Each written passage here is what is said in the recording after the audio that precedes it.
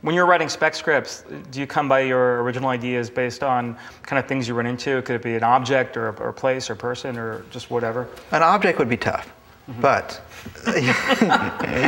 usually it's something that has touched me that I know is not a studio movie, or it may not even be a movie. It's just something that I feel compelled to write about, and there's some emotional connection that compels me to sit down and write it. And you know, it hasn't changed at all from my very first things to what I write about now as spec, you know, as non-paying gigs. It's always just something that's for me, that speaks to me personally. So. Well, you're a very humble man, and you sell yourself short with the object thing being tough, because we have a screenwriting exercise for you that involves an object. Frederick, the tray, please. Right. Very simple exercise. This is Frederick on this. Frederick? Don't talk to the help. Sorry. On the tray, there's an object. It's very carefully chosen by us. It'll be totally random to you, and the exercise is, it's revealed to you. You take a look at it, make up a story about it, and then tell me why you chose that story. Okay, got it. Show the man his object. Your object, sir. Ooh, wow. Feel free to play with it, take it, own it. Got it. I think I got it. Well, this is tough for me. You picked an interesting object for me personally, because I have a true story that involves this. So now I'm really torn. That works too. What was the assignment? Pick up the object. Yes. Sorry. And then tell me your story, either inspired by the real life story, or whatever you want to do. First, tell me what it is, because I don't know what that is. This is a bungee. This is a bungee cord. Oh, it's athletic. That's why I wouldn't know what it is. To tie. No. Oh, it's not. Oh, I guess if you were Hervé Villechaize, that would be his bungee cord. This is used to tie. It used to be for, I think, bicycles or something. Okay. To hold packages. But now it's used, I think, to hold things in place. Okay. Let's just say. Thank you for educating my woefully underdeveloped education. And there was a guy who had a landscaping company in LA, and it was a very successful company. And he was an immigrant. He came here. He had built his life, and he really wanted to make something of his life. And he had many guys working for him. And one day, several of the guys were out sick, so he went back to what he used to do, which is carry the huge trees and the plants and all the stuff off the truck, and he would deliver them to the homes and help with the planting. And these trees and these things are usually, because they're so heavy and big, are held with these. Okay. And they're tightly wrapped. And the man was near the end of the day, and he was a little bit careless. And one of the bungees slipped, and it swung around, and it actually hit him right in the eye. And he lost vision in that eye. Did it stick in, or did it take the eye out and keep going? The eye was popped out. Oh. And I mean, I don't mean to laugh, but... Anyway, this man, who was a great man, a wonderful man, went into deep depression and couldn't work anymore. He couldn't figure out a way. Why did God take it? What happened? What happened in his life that his eye was taken after this wonderful life? And he was incredibly depressed, and he didn't know what to do. He didn't know how to best sort of get out of this funk that he was in. So he decided to go home, and he left. He left LA where he was working, and he went back to his little village in Mexico where he hadn't been in years and years and years. He went back there, and he went to see his family, who he hadn't seen in years and years and years. And he got there, and he hadn't seen his father in over 25 years. His father and him had a fight. His father didn't want him to come to America and have this life. And he got there to this village the day before his father was going to die. His father was very sick. And so he actually got to be with his dad for one day. Wow. And spend one day with his father, which he never would have had that experience had he not lost his eye. And so from that day on, he always knew that it was the cord that had been the thing that had brought him back to his father. And he never looked at it bad. He never looked badly about his eye again, never thought about it again. He always looked at it as a wonderful blessing and a gift that he had lost his eye so that he could see his father one last time. Now, now I feel horrible about glibly, like kind of laughing at the beginning of that anecdote. Is that a true life story, or did you embellish for the purpose of the exercise? Well, why should I tell? I mean, do you really want me to tell you the I don't answer to actually that? don't want you to tell me, because either way you told a great story, and I think you put a good point on it by not telling me. It's very self-reflexive right now, but by not telling me, you're doing what you did with Catch Me If You Can, and you're displaying your talents for invention and drawing from real life. So bravo. Now tell me. Well, everything in life, there's some truth to it. And you apply, I imagine you apply that process to your work in general. Yeah, I mean, everything I write, I should say, there's some truth to it. Everything that I do, there has to be some bit of truth to it. Now, when you looked at that object, were you jogged immediately by partial or real-life recollection, or all real-life recollection? Was that the first thing that popped into your head? Because No. you had a first-hand experience with at least the story of an object like this? Leaving was what popped in my head. Okay. Running for the door. leaving the set right now. Thank you for not doing that. But no, I think that a very horrible real life thing flashed into my mind, and decided to use that and tell this other uplifting story with it. Wow, well, very masterfully told.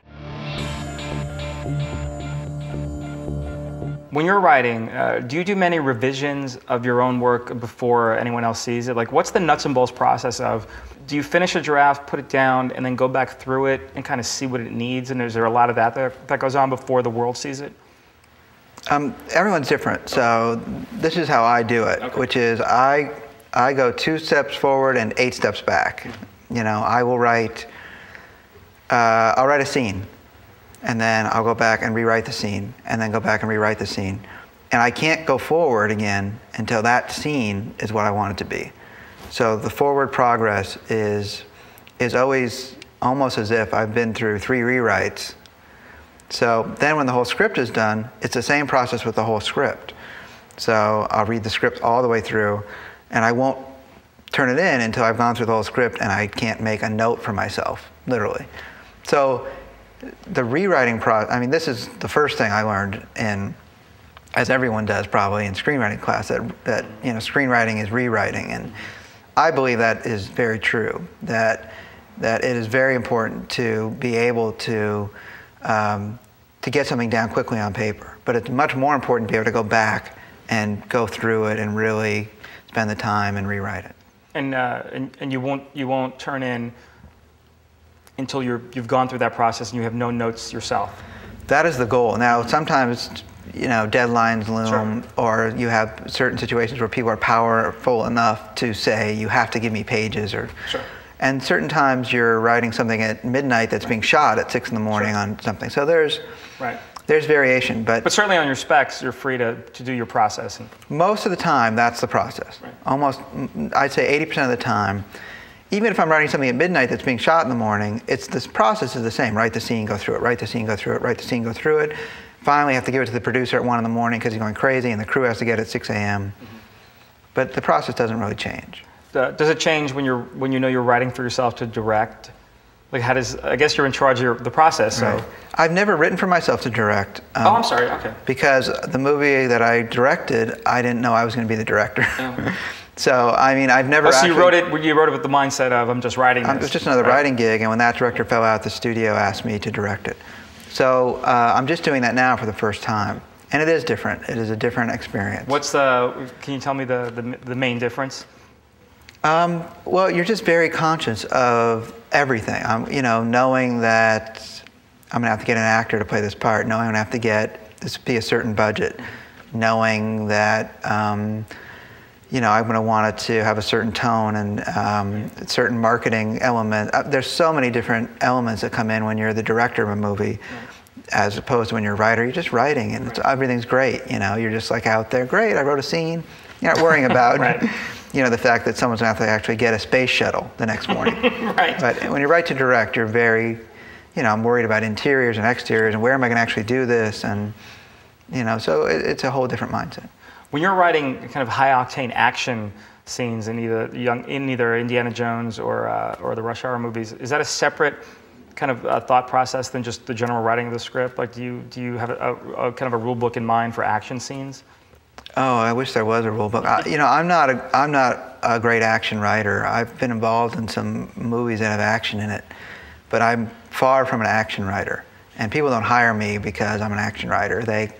They sort of say, we'll fix that later, is how they look at me. Luckily, in the Rush Hour movies, Jackie Chan coordinates his own stuff. Right. So I don't have to worry about that.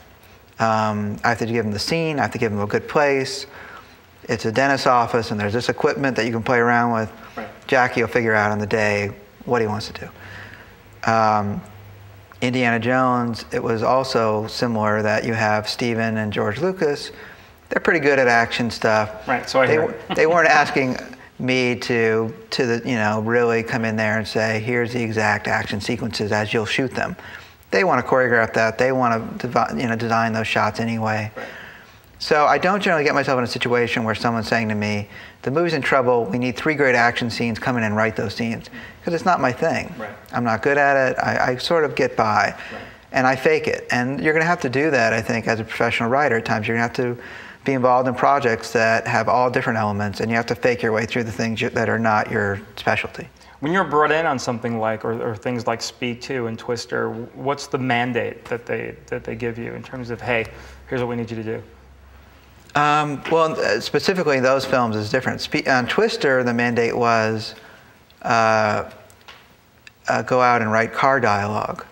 Like literally the dialogue while they're chasing tornadoes. What are they saying? No one had imagined there'd be so much time spent in the car driving around looking at this computer-generated wind. Right, right. I guess you can't just have, that's some storm. Yeah, so, all those, look out, here it comes, and oh no, oh my God. That's what I was hired to do. At the time, Steve Zalian was writing the actual dialogue for the film. Right. And then he left, and Joss Whedon, I think, came in, and then he left. And then by the second or third weekend of shooting, I was writing dialogue and doing other stuff. Mm-hmm. So the mandate in the beginning was, I can remember getting on the plane. I'd never been really on a movie set, really, that size. And they said, don't do anything. They were terrified. Speed 2 is different. Speed 2 was, we're on a cruise ship, now what the hell do we do? Right. And trying to come up with action scenes contained on that ship and all the different things. When you're offered a job like the Flintstones sequel, what's your goal in that, or what's the idea, what's the thinking there? Well, when you're a young writer and I had sort of made a decision. I wasn't getting movies made, right? And I thought, I got to do something. Yeah. So I got to be a part of movies that are getting made. Right. And so. And did that help? I mean, does that kind of springboard you to the next? Well, you have to be willing to sell out a little bit if you're going to make that statement. You're going to have to do certain things you may not want to do, but. I really thought the only way I'm ever going to have a career is if I'm part of some movie that gets made. Right. That's very true. That's very true. And a produced credit is a produced credit. It carries a lot of cachet. So I'd gone to see the Flintstones, ironically enough, and I never walk out of movies, but I had walked out of the first Flintstones. Right. I mean, I didn't have kids then. I just didn't need to watch it. Right. And like 2 days later, they called to say, we want you to do the Flintstones sequel. And I, of course, said, yeah, great. Because you could fix everything that drove you out of the theater in the first place. And it was good. I'm glad I took that job. It was the first time I got to meet Steven. I was in a meeting and because it was an Amblin production. Yeah, and I was just sitting in a room talking, and suddenly he came in and sat next to me, and I was like, had that moment where like, okay, Steven's sitting here talking about the Flintstones with me, and. Well, that's a huge moment because that, people outside the industry don't realize that gig will get you to rooms like that, and then you'll get remembered for jobs like Catch Me If You Can. It all kind of leads into. It all leads. I was fired off Flintstones too because I really was the wrong guy for that job, and I haven't been fired much in my career, but they really were right. That's kind of a point of pride, though. I'm sorry, you're just not with our vibe on Flintstones 2. Yeah, I'm not that upset about it, but I really didn't get it. I didn't understand those movies. Viva Rock Vegas. Yeah, I saw it. How do you measure whether you've been successful on a rewrite job, or do you even think of it that way? Oh, I think of it that way. Again, I'm very competitive, and for me, it's all about, did the movie get greenlit? Mm-hmm. Did we get the actor they wanted? Did they hire me again the next time they needed a rewrite? I mean, I think about all these things, and it's very important for me that the experience for them, on a rewrite especially, is they're happy. I'm making them happy, and hopefully somewhere in there, making myself happy. Right. Does your writing process change when it is a heavyweight like Spielberg and Lucas, are you pretty consistent no matter who you're working with or working for, or does it change when it's those kind of people and that kind of talent? You have that moment when you're sitting in the room and there's Lucas and Spielberg and you're talking about the movie when everything changes, where you can't really function. And I had that a little bit, especially early on with Steven, and then with Steven and George together. Just something with them together in a room was a big deal to me. You know, I grew up, you know, lining up for those movies, and so it was kind of mind-blowing for me. And something happens that is really great, which is everybody has a bad idea. And no matter who you're working with, they have a bad idea. Steven Spielberg, George Lucas. Eventually, they're going to say something that you know in your heart is just a bad idea. And that's the moment when you can sort of get out of your own head, and you're not with Steven and George anymore, and you're just in a room with guys who are talking about a movie, and they have good ideas and they have bad ideas, and you're trying to make a movie. And so you have to sort of figure out something to snap you out of it. It's sort of like the cold water bucket on the head, and that's what that moment is for me. I wait, whenever I'm in a room with anybody who I really respect and admire, I wait for them to say something really stupid, and then I feel better. Now, since they both write, did Spielberg and Lucas on Indiana Jones or Spielberg on Catch Me in Terminal, do they have any specific scene suggestions or dialogue suggestions? Do they come at you with more writerly things? Stephen Moore with scenes. Is writerly a word, by the way? I don't know. You're a writer? Okay. Well, did they come at you with those things? Stephen he has definite, you know, things that he wants to shoot and ideas of how to do it, and builds that into scenes and stuff. So every scene is, you know, he puts his stamp on. George is much more of a writer, you know, traditional sit down and type kind of writer. And so he has, you know, it's the same thing. He has lots and lots of ideas. And so are you almost functioning as an editor for their ideas, in terms of their ideas as writers, to you as the kind of uber supervisor of the screenplay? I wouldn't say that, no. I mean, it depends on the thing. Right. You know, Catch Me had been so much my own thing, and Stephen was so happy with the script that he really allowed me to stay on the whole time as writer. Terminal, I came and rewrote and then stayed on the set the whole time, and I was the writer, and, you know, it just becomes that partnership. You know, Indiana Jones 4 is so much not my thing, it's their thing. It's Stephen and George's franchise, it's their baby. And so the idea is to make them happy. It's their idea. The movie is their concept. Everything that's happening is funneled through them, and then I'm the guy that it gets funneled through to get on paper. What was your approach to writing Terminal? Was that bit, you came into it after there had been previous drafts? Yeah.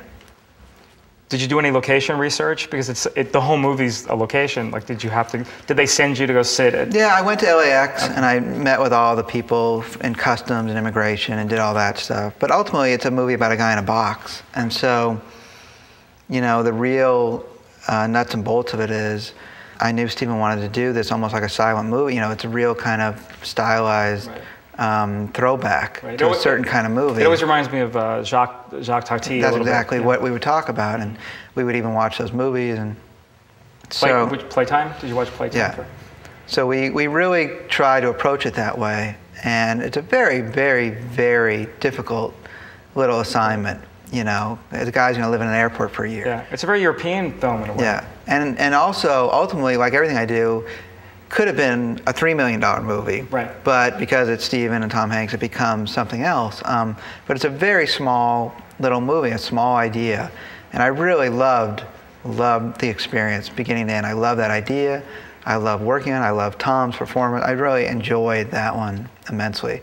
And I had done Catch Me, so the pressure was off a little bit. It wasn't quite as scary to show up on the set, you know, that big airport they built and all that.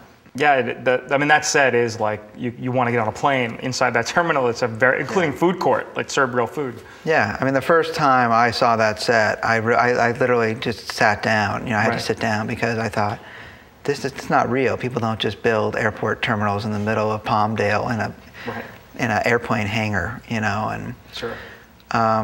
So there was, you know, it's like that pure insanity of movie making. It's like you can only have that experience in this business where you go, oh, I'm going to go over to the, you know, Wetzel's Pretzel and get a pretzel in this food court that's built for a movie on a set in a hangar. And right.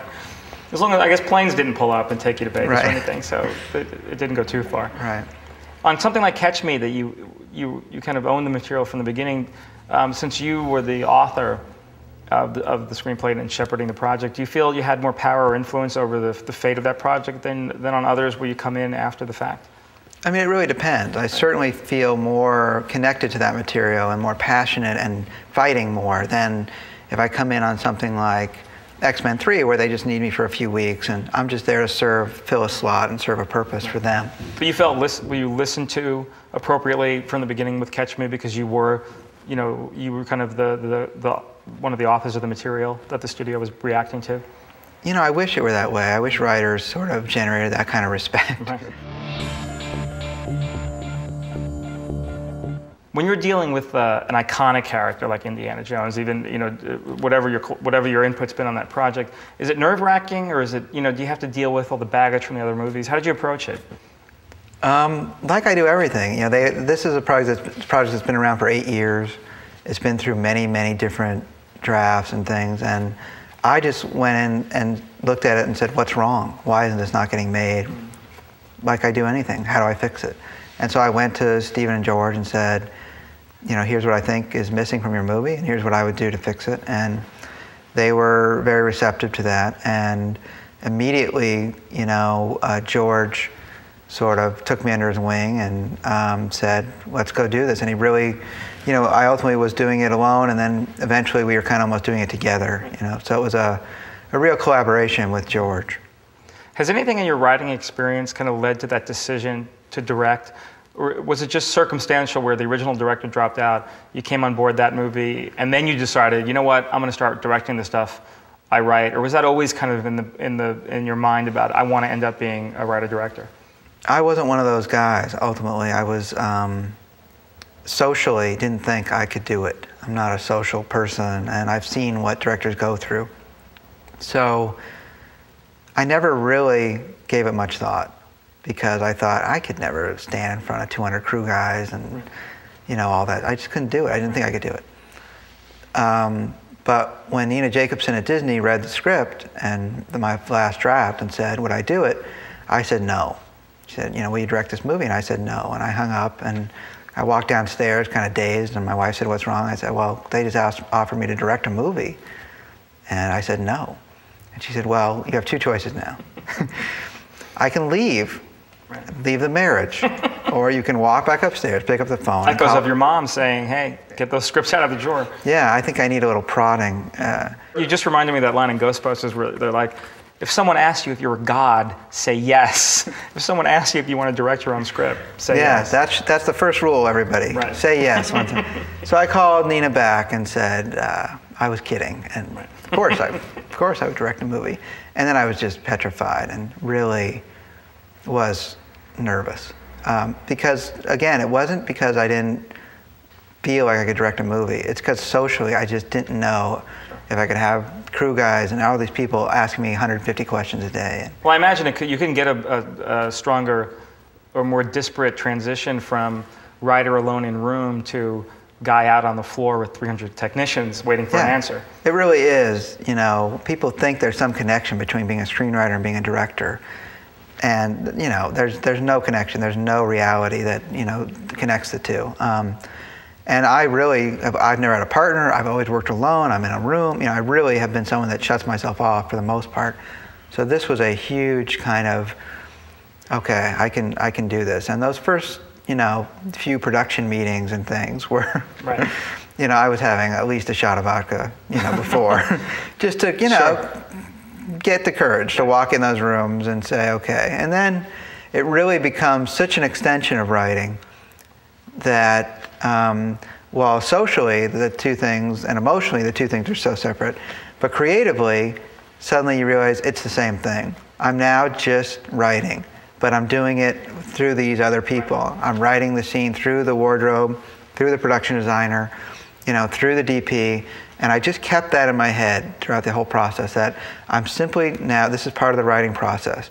And when did that breakthrough hit you? Was it in pre-production or during shooting? It hit me on the first day of shooting, oh, wow. when I was on the set with the actors and suddenly was talking to them and moving them around, and I realized that I was just seeing the scene exactly as I see it at home, on my computer. Right. But now it was just live in front of me, and I was just able to very easily adapt into that. So for me, it was a very liberating, very wonderful, incredible experience from beginning to end. Just amazing. Other than the final result of that the movie didn't make any money. Right. Well. That aside, were you able to draw on any experience from working with directors like Brett or Spielberg in terms of bringing that experience to bear, or was that helpful when you started directing Last Shot? Yeah, it was a big help that I had spent. I'd watched Steven on the set of 2 films. I'd watched Brett. I'd watched other directors, and more than anything, it teaches you how you want to run your set. I can't watch Steven Spielberg and learn how to direct. The guy literally walks in here and just starts doing that, and right. Figures out the whole scene, and it's done. So I wasn't going to be able to just learn that from him, but I was going to learn how to run a set and how to treat your crew and how to treat your actors and how to talk to the actors and all these things that you just couldn't pick up if you had never been on a movie set. Mm-hmm. So there's a big advantage for me. What's next for you aside from Rush Hour 3? What's next up?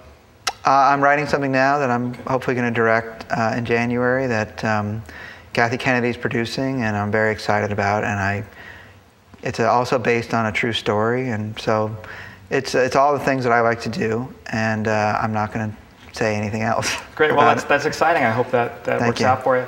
We want to thank today's subject, Jeff Nathanson, for joining us. Thank you, Jeff. Thank you for having me. Good luck with everything. Thank you. We want to thank you for joining as well. Please remember to check out our other great interviews in our series with industry pros. And remember, it all starts with you. The next Written By credit could be yours. I'm Mike DeLuca.